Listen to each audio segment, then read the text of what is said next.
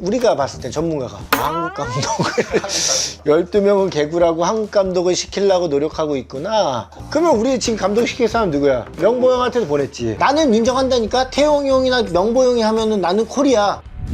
이천수도 예상한 대한민국 축구대표팀 한국인 감독설. 결국 홍명보 울산 HD 감독이 선임되며 이천수의 예언은 현실이 됐습니다.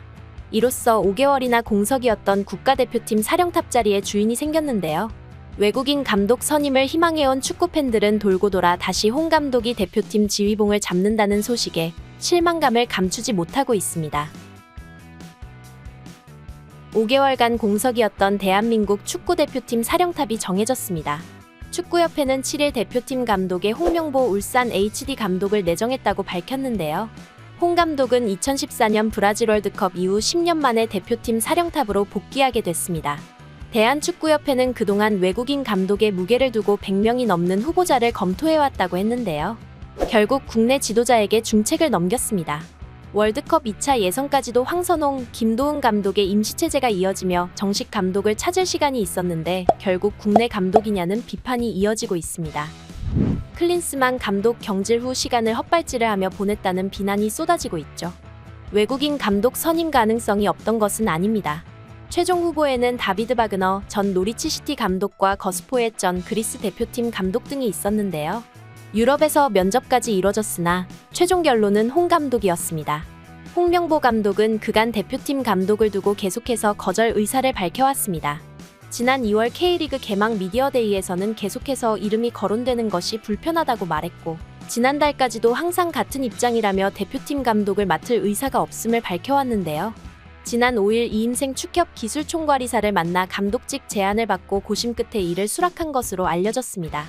현재 홍 감독이 맡고 있는 울산 HD 선수들과 팬들에게 있어서는 날벼락 같은 일인데요. 리그가 반 정도 진행된 중요한 시기에 순위권 싸움을 하고 있는 만큼 갑작스러운 감독의 이탈은 치명적일 수밖에 없습니다.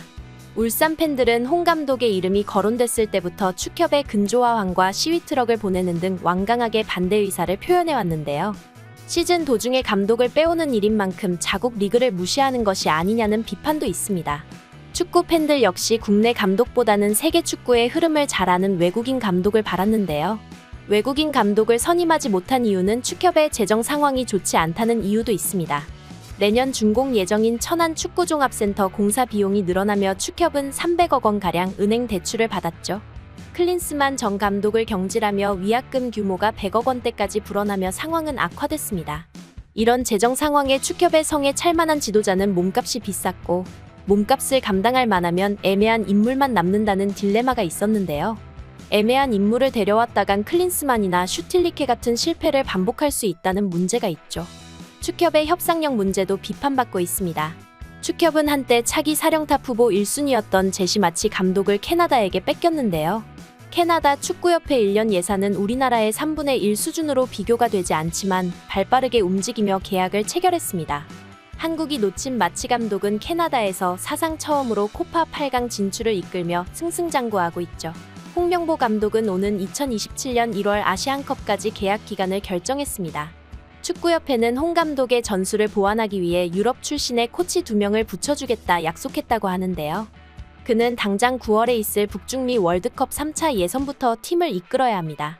올 초 아시안컵의 구설수부터 40년 만에 올림픽 진출 실패 등 한국 축구의 악재가 끊이지 않았는데요. 논란과 비판 속에 취임한 홍명보 감독이 이 분위기를 잘 수습해 다시금 대표팀을 강하게 만들 수 있을지 지켜봐야겠습니다.